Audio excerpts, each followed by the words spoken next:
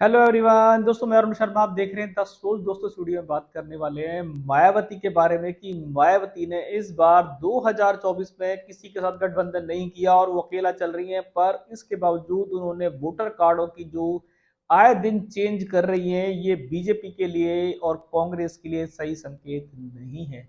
दोस्तों, अगर आप चैनल पहली बार जुड़ सकते हैं सारी वीडियो को देखने की। दोस्तों, बात करते हैं मायावती के बारे में। बीएसपी की सुप्रीमो मायावती जो हर बार अपने किसी न किसी दल के साथ गठबंधन करती थी, पर वो इस बार किसी के साथ गठबंधन नहीं कर रही है और उन्होंने इस बार सभी को चौंका के रखा हुआ है और सबकी नींद उड़ा रखी है। यूपी के घमासान में देखा जाए तो मायावती कांग्रेस इंडिया गठबंधन का काफी नुकसान करने वाली है और उसमें बीजेपी भी लताड़ दी जाएगी, क्योंकि उन्होंने इस बार मुस्लिम कैंडिडेटों का, मुस्लिम वोटरों का यूज किया। उसके बावजूद उनको लगा कि अभी समीकरण सही नहीं बैठ रहा है, तो उन्होंने यादव और ठाकुर वोटर को भी लुभाने के लिए उनके उम्मीदवारों को टिकट देनी शुरू कर दी है।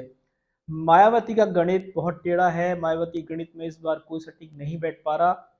मायावती ने इस बार सबकी नींद उड़ा के रखी है कि यूपी के गणित में अगर देखा जाए तो कांग्रेस सीटें ले पाए ना ले पाए, पर मायावती काफी लोगों का समीकरण बिगाड़ के छोड़ेंगी। अगर मायावती को समय रहते इंडिया गठबंधन का सहारा मिल जाता तो शायद वो मोदी विक्ट्री को रोकने में काफी हद तक कामयाब होते।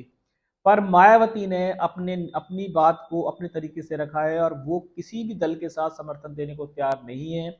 2024 में समर्थन देना होगा जब सरकार की जरूरत होगी, पर वो फिलहाल अपने समीकरणों से कांग्रेस पार्टी को उलझा के रखा हुआ है और उनकी नींद उड़ा रखी है। अखिलेश को लेके जो उनका 36 का आंकड़ा चल रहा है, वो उसमें कोई रुझान नहीं है।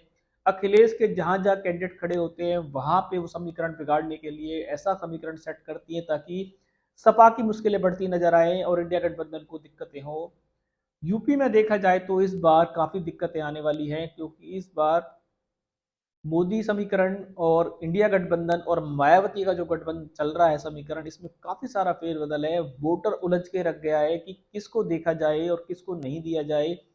मायावती ने इस बार जो मुस्लिम वोटर और मुस्लिम पक्ष का सहारा लिया है, उससे उनको कितनी बढ़त मिलेगी, इस पे भी अभी काफी रुझान बाकी है। और इसके बावजूद उन्होंने जो वोटर कार्ड की राजनीति इस बार खेली है, चाहे वो ठाकुर हो चाहे वो यादव हो, अगर उनका समीकरण सही सही दिशा में चला गया तो इस बार अखिलेश सपा पार्टी को यूपी में काफी सीटों से हाथ धोना पड़ सकता है। और इंडिया गठबंधन ने सपा से गठबंधन इसीलिए ही किया था कि यूपी में कांग्रेस की हालत तो आए दिन खराब होती जा रही थी। उनके पास कोई ऐसी सीट नहीं थी जिसको वो बुलंद तरीके से जीत पाए। तो पर उन्होंने अखिलेश का समर्थन इसलिए मांगा था कि अखिलेश के समर्थन से शायद कुछ सीटें अखिलेश निकाल जाएंगे, कुछ मायावती से भी वो ले जाएंगे। पर मायावती ने इन दोनों पार्टियों का जो समीकरण बिगाड़ा है, ये समीकरण इनको तो फायदा नहीं पहुंचाएगा, पर बीजेपी एनडीए सरकार को काफी हद तक फायदा पहुंचाने की कवायद जारी है।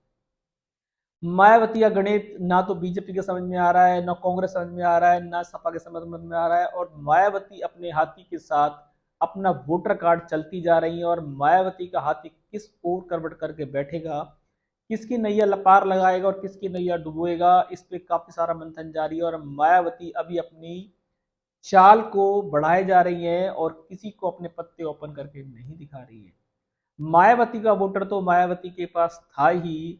अगर मुस्लिम वोटर और यादव ठाकुर वोटर मायावती को मिल जाता है तो क्या मायावती अच्छी सीट लाने में कामयाब होगी, और इससे नुकसान इंडिया गठबंधन को होगा या मायावती को खुद होगा, ये समय बताएगा। क्योंकि इस बार चुनावी का जो समीकरण चेंज हो रहा है, बीजेपी राम मंदिर के आधार पे चल रही है, उनको वो मुद्दे से काफी बढ़त मिलने के आसार हैं। इंडिया गठबंधन सपा के साथ काफी आगे बढ़ने की कोशिश कर रही थी, पर बीच में मायावती ने जो खटाई डाली है, इससे क्या इंडिया गठबंधन एनडीए सरकार के सामने कुछ बढ़त हासिल कर पाएगा। इस पे मंथन में हमने नजर बनाई है कि मायावती आगे नया वोटर कार्ड क्या रखेंगी, क्या समीकरण बिगाड़ेंगी, उस पर क्या अपडेट्स आने हैं हम आपको बताएंगे। अगर आप चैनल पहली बार हैं, जुड़ सकते हैं सारी वीडियो को देखने। दोस्तों, मैं अरुण शर्मा मिलूंगा नई सोच के साथ, तो अपना ध्यान रखें। नमस्कार।